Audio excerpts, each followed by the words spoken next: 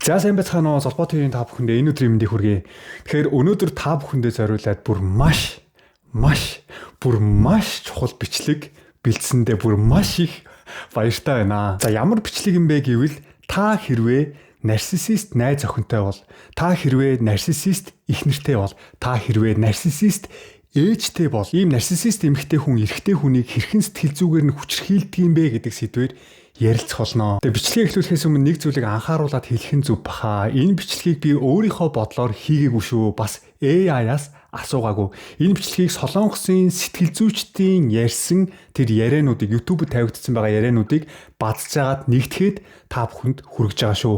Солонгосын сэтгэл зүйчид их сони юм байна. Нарциссист хүн гэж үздэг юм байна. Нарциссист эрэгтэй хүмүүс тэр зан авираа тэр хүчрхийллээ яаж гаргадیں۔ Нарциссист эмэгтэй хүмүүс тэр зан авир тэр хүчрхийллээ сэтгэл зүйн хүчрхийллийг хэрхэн гаргадیں۔ Энэ хоёрыг тус тусад нь авч үздэг юм байна л да. Энэ надад маш сонирхолтой санагдсан л да. Монголд болохоор нарциссист хүн гэж айгүйх ярьдэн штэ. Яг нарциссист эрэгтэй хүн ямар байдیں, нарциссист эмэгтэй хүн ямар байдیں гэж ерөөсө хувааж ангилж үзэж байгаа подкаст ч юм уу. Тэгж ярьж байгаа сэтгэл зүйчийг би бол ер нь сонсоогүй юм биш үү. Тэгэхээр өнөөдрийн бичлэгээр нарциссист эмэгтэй хүний талаар ярина. Дараагийнхаа бичлэгээр нарциссист эрэгтэй хүний талаар ярих болно. Энэ бичлэгийг би маш их хүн үзээсэй гэж хүсэж байна. Яагаад вэ гэхээр хүмүүс ихэнхдээ хүчрхийлэл гэхээр эрэгтэй хүнийг л төсөөлдөг. Эрэгтэй хүн л хүчрхийлсэн гэж боддог штэ. Гэхдээ гэр бүлийн харилцаанд айдас төрүүлдэг хүн, хань ижлээ сэтгэл зүгээр хүчрхийлдэг хүн, хүүхдээ зовоодог хүн гэхээр шууд эрэгтэй хүний дүр зураг орж ирдэг. Гэтэл бидний төдийлөн ярьдаггүй, хүмүүсийн сайн анзаардаггүй, гаднаасаа бараг танигддаггүй нэг аюултай төрх байгаа.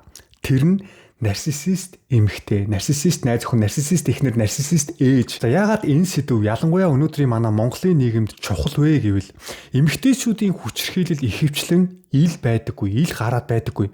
Тэд дандаа хашгирч, цохиж, сүрдүүлж хүчрхийлдэггүй. Харин үгээрээ, хандлагаараа, залжин доромжлолоороо, буруутгалаараа, үл тоосон байдлаар хүнийг өөртөө эргэлздэг, өөрийгөө буруутгадаг болгож сүүлдээ дотор хүнийг нь сэтгэлийг нь сэг болгож хайдаг. За ийм хүнтэй хамт амьдарч байгаа хүн эхэндээ юу болоод байгааг ойлгодгүй.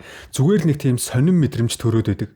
Өдөр өнгөрөх тусам амьсгаан боогдоод байгаа юм шиг өөрийнхөө гэрт байгаа мөртлөө тайван байж чаддгүй. Ягаад ч юм дандаа өөрийгөө буруутай юм шиг мэдрээд сүүлдээ бүр өөрийгөө үгүйсгэж би чинь угаасаа асуудалтай хүн юм биш үү гэж бодож эхэлдэг. Хамгийн аюултай нь нарциссист эмэгтэйчүүд гаднаа их гоё масктай байдаг. Олны өмнө гайхалтай ийлдэг, маш цэвэрхэн, маш зөөлөн, зарим тохиолдолд их зовсон хохирогч шиг харагддаг гинэ. Харин гэрийн хаалга хаагдах үед нөхрөөч, хүүхдээч сэтгэл зүгээр нь барьж иддэг. Өнөөдөр бүгдээрээ яг энэ тухай ярив. Нарциссист эхнэр ямар шинжтэй байдаг вэ? Нарциссист найз охин ямар шинжтэй байдаг вэ? Нарциссист ээж хүүхдүүдтэйгээ яаж харьцдаг вэ? За иймэрхүү нарциссист эмэгтэйтэй нэг гэрт удаан амьдрал эрэгтэй хүний дотор яг юу болдог вэ? Яагаад гадны хүмүүс үүнийг ойлгодгүй вэ? За хамгийн чухал нь ийм харилцаанд байгаа хүн өөрийгөө хэрхэн яаж хамгаалах вэ гэсэн сэдвүүдээр өнөөдөр ярилцах болно. За магадгүй энэ бичлэгийг үзэж байгаа зарим нэг хүмүүс нөө надад хамаагүй би зүгээр гэж бодож магадгүй. Гэхдээ энэ бол маш чухал сэдв. Ялангуяа манай монголчууд эрчүүдийг хүүгээ тоодоггүй. За яг хуу эр хүн болондоо гэд хайчдаг. Та энэ бичлэгийг үзээд маш их зүйлийг ойлгож авах болно. Өөрийгөө хамгаалж сурна гэдэгт итгэлтэй байна. За тэгвэл бүгдээрээ бичлэг рүү орцгоё.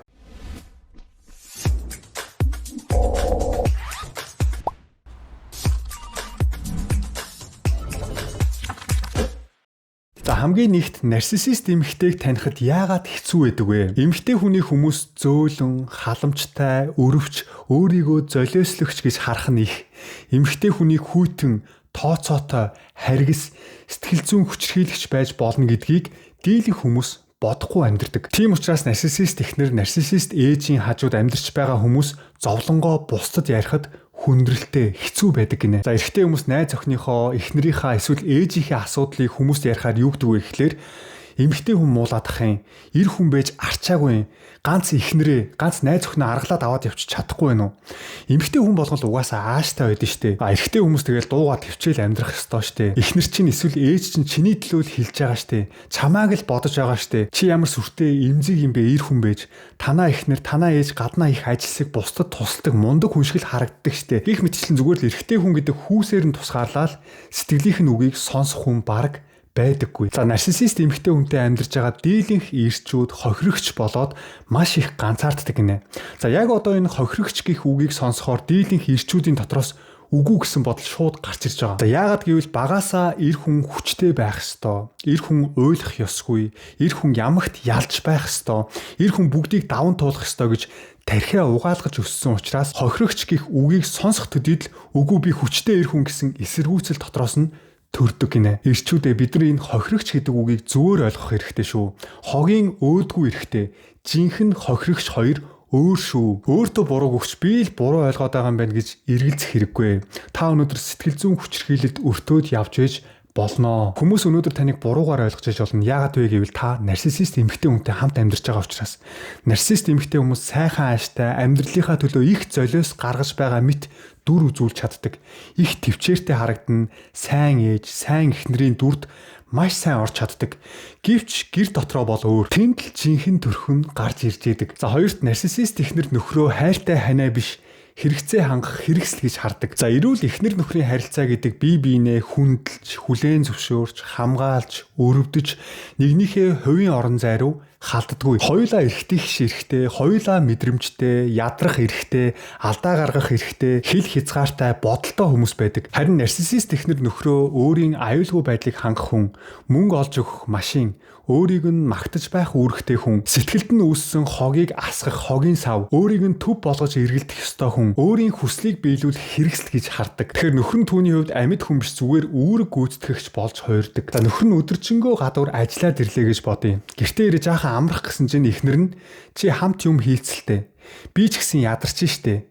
Би энэ гэрт ямар их юм хийдгийг чи мэдхүү. Чи надаас илүү ядарсан гэж бодоод байгаа мó. Би чиний төлөө энэ гэр бүлийн төлөө бүхнийг хийж гин. Би л ганцаараа зүтгээд байна. Нөхөр нь тэр үед өөрийнхөө ядарч байгаагч хэлж чадахгүй болдог. Өөрийнхөө мэдрэмжийг хэлэх эрхгүй болдог гэсэн үг. За гуравт тэдний хайр болцолтой байдаг. Нарциссист эхнэр анхандаа хүн хайрладаг, халуун дулаан, онцгой хүн шиг харагдаж болно. Чимэл намайг ойлгодог, бид хоёрын харилцаа бусдаас өөр, би өмнө нь хинт ч ингэж хандаж байгаагүй. Чи миний амьдралын хамгийн чухал хүн гэж ойртуулж нөхрөө өртөө мэт нөхцөлд оруулдаг. Зарим нарциссист эмэгтэйчүүд эрэгтэй хүнтэй маш хурдан дотн харилцаанд ордог. Бие мах бодороо ойртож, эрэгтэй сэтгэл хөдлөлийг маш хурдан өөрийн болгож авдаг гинэ. Эрэгтэй хүний бие мах бод сэтгэлийн шарахыг маш хурдан мэдэрч тэр асуудал дээр нь тоглолтоо хийж эхэлдэг. За эрэгтэй хүнд маш олон хэрэгцээ байгаа те. Үнэлэгдэх хүсэл, эр хүн гэдгээ мэдрэх хэрэгцээ, хүлээн зөвшөөрөгдөх хүсэл, халамжлуулах, хайрлуулах хэрэгцээ, ганцаардал, дутуугийн мэдрэмж эдгээрийг маш сайн мэдэрч яг тэр хэсэг рүү нь орж чаддаг. Жишээлбэл бага насндаа аавдаа хүлээн зөвшөөрөгдөөгүй эрэгтэй байлаа гэж бодъё л тоо. Тэгвэл нарциссист эмэгтэйчүүд шууд чи үнэхээр онцгой хүн, чи намайг хамгаалж чаддаг, чи жинхэнэ эр хүн гих мэдрэмжийг өгч маш хурдан сэтгэл рүү нь орж ирдэг. Нөгөө эрэгтэй нь юу гэж бодох вэ гэхээр анх удаа би нэрээ эр хүн юм биш те. Энэ эмэгтэй намайг те эр хүн шиг хүлээж авч ин тийм бэлгүүдээ. Йоо ямар гоё юм бэ? Би жинхэнэ хайртайгаа уучлаа. Энэ эмэгтэй л намайг хайрлж ин хүндэлж ин гэд эрэгтэй авсан тэр гоё мэдрэмжэн дээр нь донтуулж дасгаж агаад хяналтаа тавьж эхэлдэг. За дөрөвт нарциссист эхнэрийн гол асуудал хизээч сэтгэл хандаггүй гинэ. Солонгос сэтгэл зүйчдийн ярьж байгаагаар нарциссист эмэгтэй хүнтэй удаан амьдарсан эрэгтэйчүүдийн хувьд тийм нийтлэг зан чанар байна гинэ. За тэр нь юу вэ гэхээр би юу ч хийсэн хангалтгүй. Мөнгө оллоо хангалтгүй, гэрийн ажил туслаа хангалтгүй, хүүхдээ харлаа хангалтгүй, төрсөн өдрөөр нь бэлэг авч өглөө хангалтгүй, буруу үг хэлж уурлуулж болохгүй шүү гэж болгоомжлоо. Тэр нь ч бас хангалтгүй. Яагаад гэвэл асуудал эрэгтэй хүнд биш. Тэр хамт амьдарч байгаа нарциссист эмэгтэйн дотор байгаа хоосролт байдаг. Ийм эмэгтэйчүүдийн дотор тогтворгүй үнэлэмж, дүүрдэггүй хэрэгцээ, байнгын баталгаа хүсэх, дотроо өөрийгөө хангалтгүй гэж мэдрэх айцтай явдаг. Тийм учраас нөхөр нь илүү их хичээх тусам нөхрөөсөө илүү их зүйл хүссээр байдаг. За жишээлбэл нөхөртөө байнга ингэж хэлдэг эмэгтэйчүүд байдаг те. Чи илүү амбицтай байх хэрэгтэй. Чи илүү амжилттай байх хэрэгтэй. Чи илүү их мөнгө олох ёстой. Чи илүү нэр хүндтэй байх ёстой. Бусад хүмүүсийн нөхөр ямар байна? Чи өөрийгөө нэг хардаа гэж байнга харьцуулдаг, байнга шүүмжилдэг. За нөхөр нь маш их хичээгээд тэр хүссэн зүйлийг нь биелүүлсэн ч гэсэн энэ бол угаасаа хийх ёстой зүйл. Одоо дараагийнхаа ажлыг хий. Би хийсэн тулдаа чи өдий зэрэгтэй явж байгаа. Нөхөртөө хизээч чи мундаг байсан шүү. Чи хангалттай байлаа. Одоо жоохон амар гэж тайвшруулж тэр хүнийг тайтгаруулж амар амгалан өгдөггүй. За тавт байнгын шүүмжлэлээр хүнийг эвддэг. Нарциссист эхнэрийн хамгийн түгээмэл зэвсэг бол байнгын шүүмжлэл, өөнтөглөл, доромжлол, сэтгэлээр унгах яриа, өөрөөсөө доош хийн, алдааг нь томруулж харуулна, нөхөртөөгөө байнга өршөлддөг. За жишээлбэл чи ийм хийж чаддгүй юм уу? Чи юу н ямар толгой муутаан бэ? Чи яагаад дандаа ингэж балаа юм хийд юм бэ? Чи сайн нөхөр биш. Чи сайн аав биш. Чи сайн аав байхын тулд ингэх хэрэгтэй. Чи сайн нөхөр байхын тулд ингэх хэрэгтэй. Чамаас болж өнөөдөр гэр бүл ийм байдалтай байна. Иймэрхүү үгсийг эрэгтэй хүн өдөр болгон сонсоод байх юм бол сэтгэл санаагаар унж эвдэрч эхэлдэг. За хамгийн аимшигтай нь энэ муухай муу хорон үгнүүдээ чангаар орилж харалж хэлдэггүй. Нам дуугаар, хүйтэн өнгөөр инээмсэглэж агаад тоглоом шоглоом болгоод ингээ айтайхан чулуудж яадаг. Гэхдээ тэр амнаас нь гарч байгаа хүйтэн үгс, жижиг тоглоом шоглоом нөхрийнхөө сэтгэл, нэр хүндийг багаар үгүй хийж яадаг. За 6-т нарциссист эмэгтэй нөхрийнхөө найз залуугийнхаа зовлонг огт хүлээж авдаггүй. Найз залуу ч юм уу нөхөр нь хэллээ гэж бодъё л доо. Сүүлийн үед би их дарамттай байна. Надад хэцүү байна. Би сэтгэлээр унаад байна. Би ядраад байна. Чи намайг ойлгохгүй байна гэж хэлэх үед би ч бас хэцүү байна. Чи ганцаараа хэцүү байгаа юм уу? Ир хүн шиг байл та. Сүржгэнхээ бойл тоо. Асуудлаа өөрөө шийдэж чаддгүй юм уу? Баад шийхээ хүртэл надаар залах гэдэг юм уу? Өрөнд орсон хужаа хайтаал байх юм. Чи дандаа өөрийгөө өрөвддөг. Гих мэтчлэн үгээр шууд найз залууга нөхрийгөө буруутгаж эхэлдэг. Тэр сэтгэлийг нь шууд үүсгэж эхэлдэг. Чин сэтгэлээсээ хэлж яхад ийм хариу үйлдэл ирээд байвал дотроосоо хоосорч маш их ганцаарддаг. Өөрөөр хэлбэл би өвдөд байна гэж хэлсээр хахад тэр хүнийг эмчлэе гэж боддгоо, сэтгэлийн дэм урам үгүй гэж боддгоо, өвдөж байгаа тэр нь нэмээд улам өвдөгдөг. Тийм болохоор ийм эмэгтэй хүнтэй амьдарч байгаа эрэгтэй хүн би зовж байгаагаа хинт ч хэлж болохгүй юм байна гэсэн бодолтой болсон байдаг. За 7-т нарциссист эмэгтэй хүн гаднаа сайхан харагдаж чаддаг боловч дотроо маш харгас байж чаддаг. Тэдний гаднаас нь харахад их сайхан эмэгтэй, найрсаг, хүмүүжлтэй, бусдаа сайхан харьцдаг, ажлаа мундаг хийдэг, олонний өмнө хайр халамжтай эхнэр шиг харагддаг. Тийм болохоор нөхөр нь бусдад үннийг хэлэхэд хэцүү байдаг. Эргэн тойрныхын хүмүүс нь танаа эхнэр гайгүй хүн штэ, чамд л асуудал байна гэдэг. Гэхдээ нарциссист хүмүүсийн нийтлэг шинж нь ойрын хүндээ хамгийн их уур, хамгийн их хяналт, хамгийн их доромжллыг мэдрүүлж байдаг. Харин гадуур гарахдаа гэрийнхээ маскыг тайлж хаяад өөр маск зүүгээд гардаг. Нэг гэрт ороод хамт амьдарч үзсэн хүн л энэ жинхэнэ нүрийг нь олж харж чаддаг гинэ. За 8-д тэд өөрсдийгөө хохирогч болгон харуулдаг. Ийм эхнэрүүдийн нэг нийтлэг хэв маяг бол би л хохирогч гэсэн дүр. Энэ гэрт хамгийн их зовдөг хүн бол би. Намайг хинч ойлгодгүй. Би ганцаараа л бүхнийг үүрч байна. Би бага насндаа ингэсэн учраас ийм байдалд орсон. Надтай зөрчилдөж, надтай муудалцж байгаа хүмүүс ухаан муутай болохоор л тэр. Багтаа эцэг эхийнхээ хэрүүл, салалт, хүйтэн харилцааг харсан эмэгтэй байж болно. Тэрнээс болж дотроо байнгын айцтай, хаягдана гэсэн бодолтой эрэгтэй хүний хизээч толгой дээрээ гаргаж болдоггүй юм байна гэх буруу бодолтой айцтай өссөн байж болно. Гэхдээ өнгөрсөн давсан шархаа эмчлэхгүй нөхрөө үргэлж буруутгаж, хянаж, хардаж, дарамтлж болохгүй. Энэ сэтгэл дотор байгаа шархаа эдгэх хэрэгтэй. Эн чинь бүр үүрэг. За 9-т нарциссист эмэгтэй хайр, уур хоёрын хооронд туйширч байдаг гинэ. Юу гэсэн үг вэ гэвэл сэтгэл зүйн доктортой биш байдаг. Зарим үед хайртай, халамжтай, хөгжилтэй, сэтгэлтэй бүхнийг ойлгодог юм шиг байдаг. Тэгснээ гинт ууртай, хүйтэн, яриагаараа доош хийгээл гинт өшөрхөөдөл дорд үзэж муулаад эхэлдэг. Ийм өөрчлөлтийн товчлуур нь юу вэ гэвэл ихэнхдээ нөхөр нь үгийг нь дагаагүй үед, түүний хүслийг урьдчилан таагаагүй үед, түүний үйлдэлийг нь шүүмжилсэн үед, түүний талд 100% зогсоогүй үед, төвийг сахисан үед бүр маш их хэмжээгээр ууралж бухимддаг. Маш жижиг асуудал дээр энэ уур нь тесэрч гарч ирдэг гинэ. Эхнэр нь нөхөртөө ийм хоол идэгээс санал болголоо гэж бодъё л доо. Нөхөр нь үгүй би наадах чи идмээргүй нэ өөр хоол идийгээд хэлсэн. Эрүүл сэтгэлгээтэй хүн бол те. За чи энийг идмээр байгаа юм уу? Тэгвэл хоёлаа дараа энийг идээд гээд нэг хоорондоо ярилцаад тохиролцоод ойлголцсноо доо. Харин нарциссист эхнэр яаж хүлээж авдаг вэ гэхээр чи намайг үл тоолоо. Чи намайг хүндэлсэнгүү.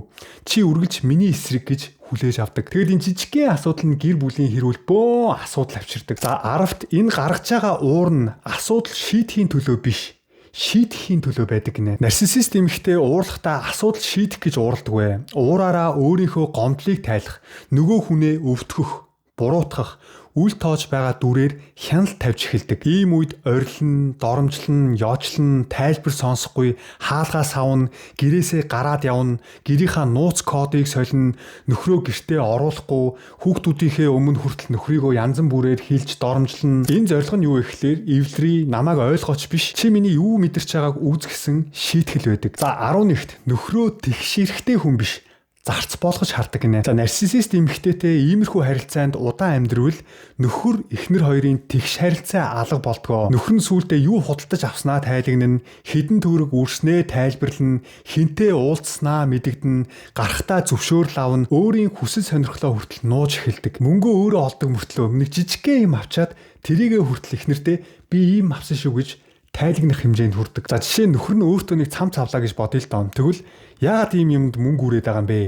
Чи зөндөө цамцтай штэ. Чи мэдрэмжгүй штэ.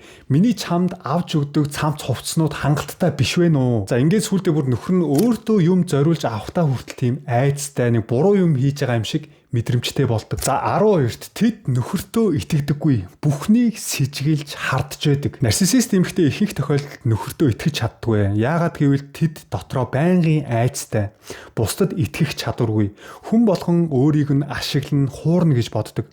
Тиймээс нөхрийн хэлсэн тайлбар, сайхан сэтгэл, гоё бэлэг, санаачлаг энэ бүхнийг муугаар ургуулж бодож идэг. За жишээ нь нөхөр нь цэцэг аваад ороод ирлээ гэж бодъё л доо. Тэгсэн юу нуугаад байгаа юм? Өнөөдөр ямар өдөр юм? Чи яасан ямар нэг буруу юм хийсэн юм уу? За эсвэл нөхөр нь оройтож орж ирээд оройтож ирсэн шалтгаанаа тайлбарлаа гэж бодъё л доо. Тэгсэн чи худлаа ярьлаа.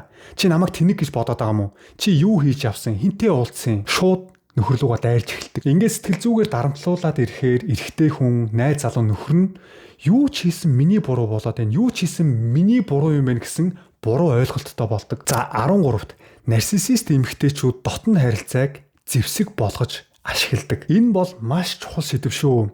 Дотн харилцааг хайр, холбоо, бие биенээ мэдрэх, бие биедээ таашаал өгөх гэж бодохоос илүү хянах, ичээх, шийтгэх хэрэгсэл болгож ашигладаг. Эхэндээ хурдан дотн харилцаанд орж нөгөө хүнээ удирдах болно. Яагаад гэвэл дийлэнх эрчүүд энэ асуудал дээр маш хурдан бүдэрч ундаг учраас.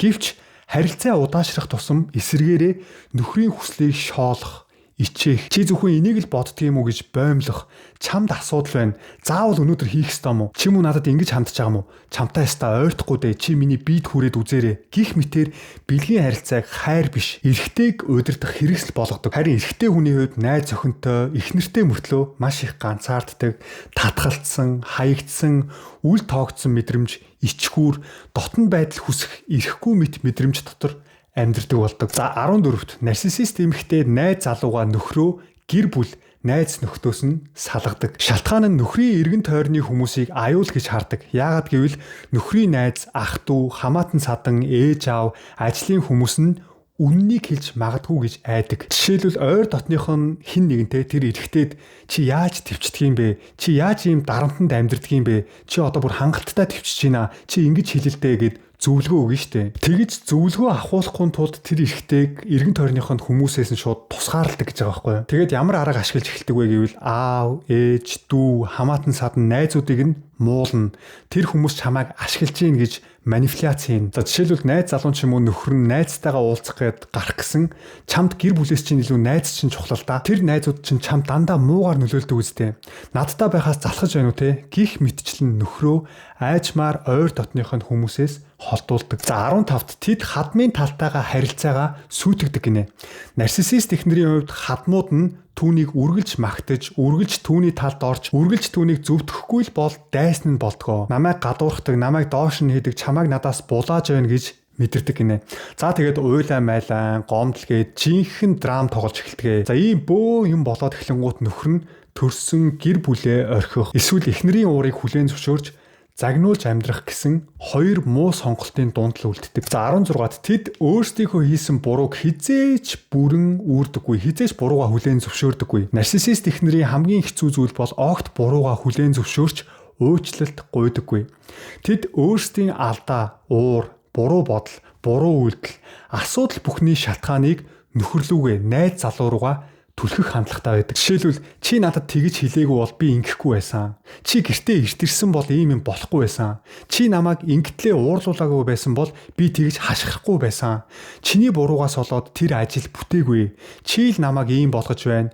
Иймэрхүү яриа хүнийг аажмаар програмчилдаг. Эцэст нь найз залуу нөхөр нь юу гэж боддөг вэ гэхлээр тийм ээ. Миний л буруу юм байна. Би л ер нь их асуудалтай хүн юм байна. Би л энэ хүний итгэлийг дааж амьдрч чадахгүй байгаа юм байна гэж өөрийгөө буруутгасаар амьдардаг. За 17-т найз залууны мөн нөхөр нь нэг мэдэхэд тархиа угаалгасан байдаг. Өдөр болгон шүүмжлүүлээд, буруутгагдаад, доромжлуулаад, юу ч ярьсан хүлээн зөвшөөрөгдөхгүй, хичээж хийсэн зүйл нь ч үнэлэгдэхгүй байхаар эр хүний сүр сүлд нь унтарч, сүултээ өөрийгөө үнэхээр асуудалтай хүн гэж итгэж эхэлдэг гэж байгаа байхгүй. Би бүтлгүй, хангалтгүй нөхөр, би муу аав, дандаа алдаа гаргадаг хүн гэж өөрийгөө харж эхэлдэг. Энэ бол хүний дотоод дүр төрх сэтгэл эвдэрж байгаа процесс. За тэгвэл нарциссист ээж гэж ямар хүмүүс байдаг вэ? Нарциссист ээжийн тухай ярив. Их хүн гэхээр бид нар хайр, халамж, дулаан орчин төсөөлдөг. Тийм болохоор нарциссист ээж гэж барагтаа хүмүүс яриад байдаггүй. Гэхдээ бодит байдал дээр өөрийн хүүхдийг хүн биш, өөрийн өмч, өөрийн нэр төрийн өргөтгөл, өөрийн хүсэл мөрөөдлийн төсөл, өөрийн сэтгэлийн хэрэгцээг хангах хэрэгсэл гэж хардаг ээжүүд байдаг. Ийм ээжүүдийн хайр ямагт болцолтой байдаг. Чи миний талд байвал би чамайг хайрлана. Чи өөрийнхөөрөө байвал чи муу хүүхэд. За ийм орчинд өссөн хүүхдүүд өөрийгөө хүн биш, зүгээр нэг шалгалт өгдөг объект гэж мэдэрдэг гинэ. Нарциссист ээжүүд хүүхдээ өөрийнхөө үргэлжлэл гэж хардаг гинэ. Хүүхдээ тусдаа хувь хүн гэж хардаггүй. Түүний хувьд хүүхэд бол миний нэр төр, миний нүүр царай, миний амжилтын баталгаа, миний үн цэнийн тойл, миний мөрөөдлийг биелүүлэх хүн.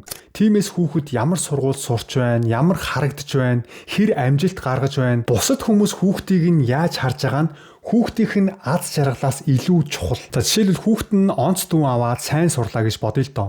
Эрүүл сэтгэлгээтэй ээжнэр бол миний хүү сайн хичээсэн шүү, чи чадлаа гэж хэлнэ тийм үү? Харин нарциссист ээжүүд яадаг вэ гэхээр миний хүүхэд ийм сайн байгаа нь би хүүхдээ мундаг хүмүүжүүлж байгаа болохоор миний хүүхд ийм сайн мундаг байгаа. Харин хүүхд нь алдаа гаргах юм бол намайг шившиг болголоо. Чи яагаад намайг эвгүй байдалд оруулаад байгаа юм гэж хүүхдийн алдааг өөр дээрээ тусгаж авдаг. За явандаа хүүхдээ удирдах, хянаж, өөрийн бодлоор хэлбэржүүлж эхэлдэг. За нарциссист ээж хүүхдийг чиглүүлэх биш, хянахыг хүсдэг. Тиймээс хүүхдийн бодлыг үл тоон, мэдрэмжийг нь үгүйсгэн, сонголтыг нь хүндлэхгүй.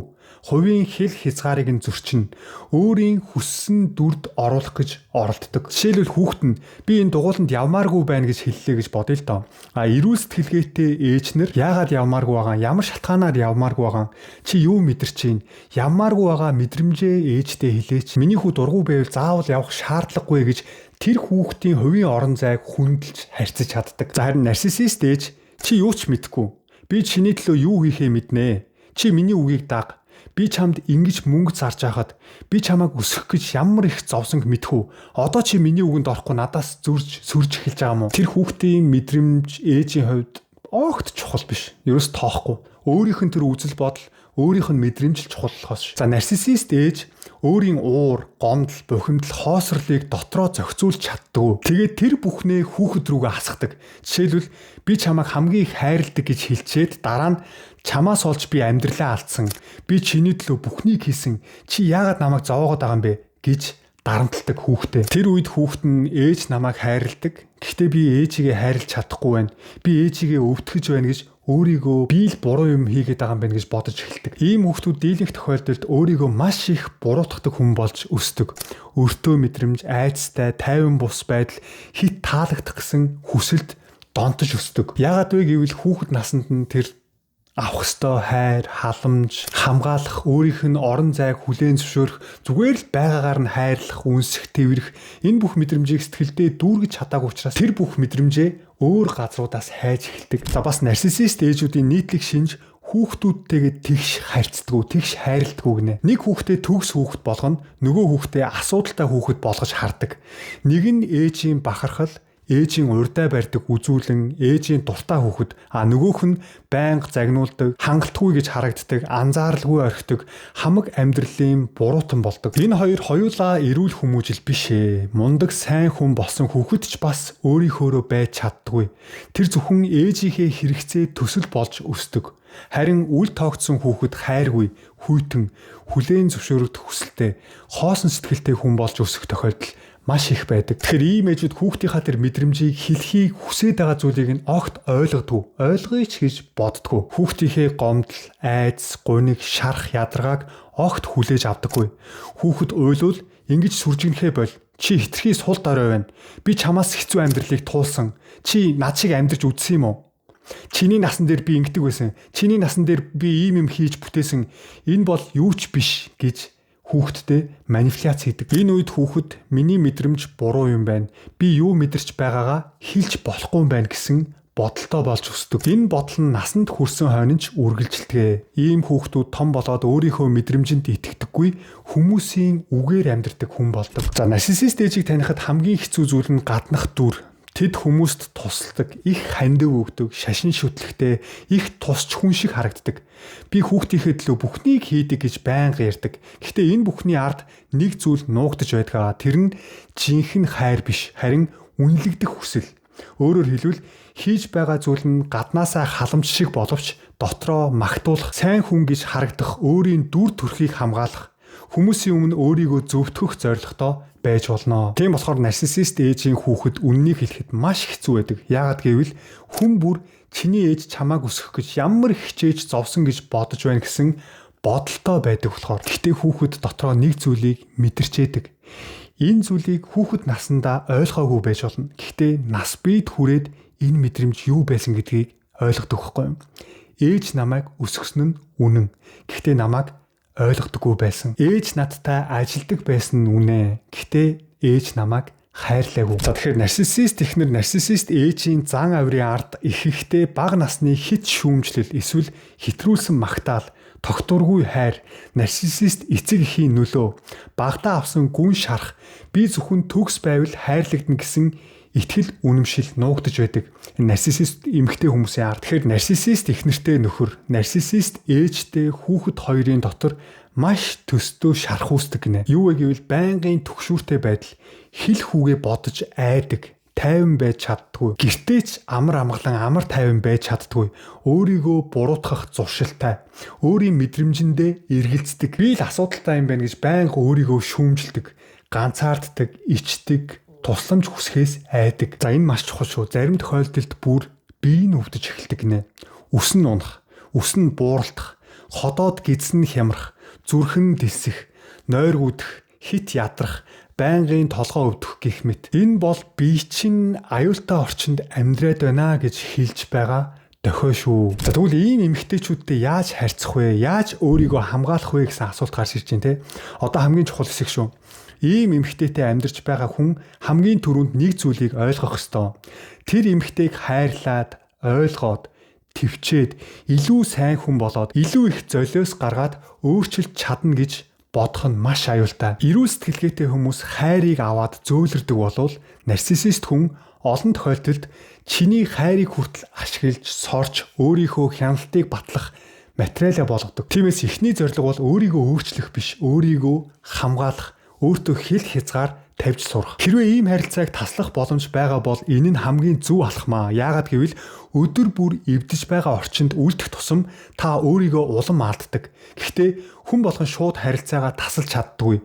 Хүүхэд, эдийн засаг, орон байр, гэр бүл олон шалтгаан байгаа. Хоёрт сэтгэл хөдлөлөө бүү мэдрүүл. Хэрв шууд тасалж чадахгүй бол сэтгэл хөдлөлийн зай барих маш чухал. Тэдний буруутгалд урт тайлбар өгөх хэрэггүй. Жишээ нь за ойлголоо. За чи тэгж бодож байгаа юм те? Байж болох юм. Мэдлээ.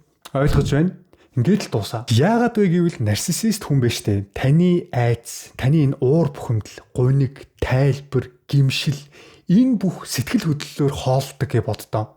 Амар байгаа. Та тэр хүнд хэр их сэтгэл хөдлөлөө мэдрүүлнэ тэр бүхэн чинь нарциссист хүний хувьд хоолнд болж очиж идэг. Таны ууралж, уцаарлж, уйлж, гомдож те юу болж байгааг мэддэггүй. Яагаад байгаа юм бэ? Энэ бүгд чинь хараад тэрнгээрээ хоолж идэг гэж боддоо. Гуравт уучлал гуйж тоглоомд нь бүү ор. Та буруугүй зүйл дээр уучлаараа би илүү сайн болно гэж байнга хэлээд байвал тэд улам хүчээ авнаа.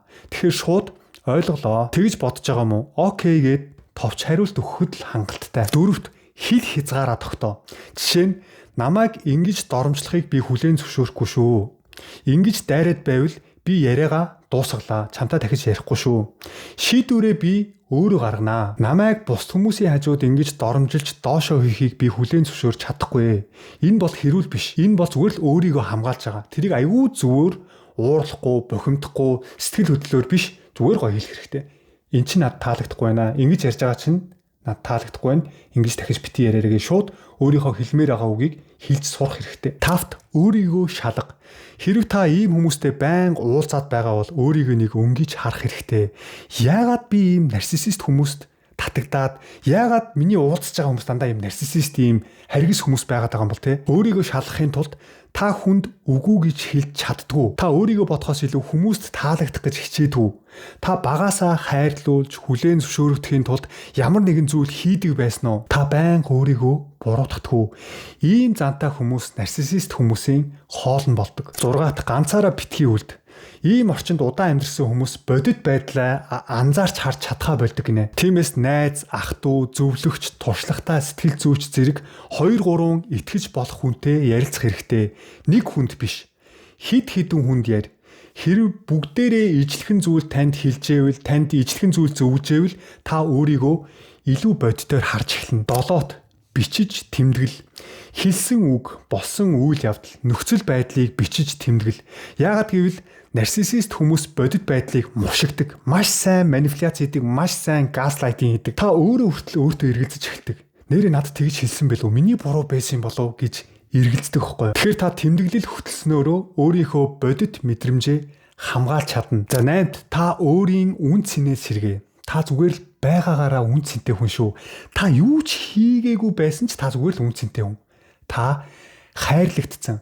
Та хайрыг авахын тулд, та хайрыг мэдхийн тулд, та хайрыг ойлгохын тулд төрсөн хүн байхгүй юу? Тиймээс өөртөө итгэх мэдрэмжээ сэргээх зүйл хий. Чадах зүйлээ сана. Жижиг амжилтаа хар. Биедээ анхаарч дасгал хөдөлгөөн хий. Нойр, хоол, сэтгэлээ хамгаалах маш чухал шүү. За яг энэ хүртэл үзсэн зарим нэг ирчүүд мань бодож байгаа бах те. Хүй миний үерхэд байгаа энэ эмэгтэй, миний ханилж байгаа хань ижлтэй, миний ээж чинь нарциссист эмэгтэй байсан юм биш үү гэж бодож иж магадгүй. Нарциссист мөн эсхийг мэрэгжлийн онш гэж ярихаасаа өмнө нэг энгийн асуултыг өөрөөсөө асуу. Энэ хүнтэй хамт байхад би тайван байна уу? Эсвэл тайван бус байна уу? Ядаргаатай, зовлонтой санагдаж байна уу? Энэ хүнтэй ойр байх тусам би өөрийгөө олж гин үү? Би өөртөө итгэх итгэлээр сэргэж гин үү? Эсвэл би өөртөө итгэлгүй болж өөрийгөө алдаж гин үү? Би гэртээ тайван амарч чадж гин үү? Эсвэл гэртээ байхдаа ч гэсэн нэг л айлд байгаа юм шиг нэг юм түгшүүртэй тав тухгүй мэдрэмжийг аваад байна уу? Миний сэтгэл, бие махбод яг өнөөдөр ямар нөхцөл байдалтай байна?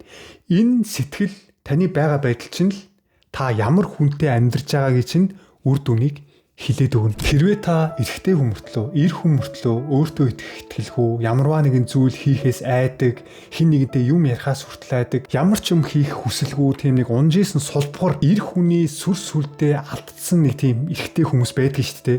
Яг гэрлүү норонгоотл ингээд бүрд ингээд буудан дээрээ ямар ч эрх мэдлгүй сууж яадаг. Зүгээр л нэг аав нөхөр гэсэн нэг тийм нэр хүндтэй тийм эрэгтэй хүмүүс анзаарагддээ шүү дээ. Хэрвээ өнөөдөр та яг тийм төвшөнд амьдарч байгаа бол би ер нь яг ямар хүнтэй амьдраад байгаа юм те? Би ямар хүнтэй үерхэд байгаа?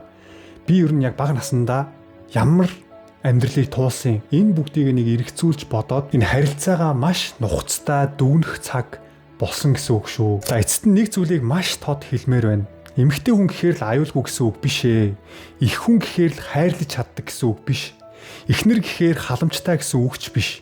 Заримдаа эмэгтэйчүүд хайр нэрээр хяндаг, эрэгтэй хүнийг сэтгэл зүгээр хүчрхийлдэг. Зарим ээжүүд халамж нэрээр хүүхдээ удирддаг. Зарим эхнэрүүд гэр бүл гих нэрийн дор нөхрийнхөө сэтгэлийг өдөр бүр баг багаар эвдчээдэг. Хэрвээ та ийм орчинд амьдарч байгаа бол нэг зүйлийг санаарай. Таныг өдөр болгон буруутгах байгаа болохоор та буруудаа гэсэн үг биш шүү. Таныг өдөр болгон дутуу үнэлээгээд та алдаа дутагдaltaа хүн гэсэн үг огт биш. Таны өвдөж байгаа сэтгэл худлаа яриаггүй. Та өвдөж байгаа бол өвдөж чинь гэсэн үг. Энэ бол таны мэдрэмж, таны сэтгэл.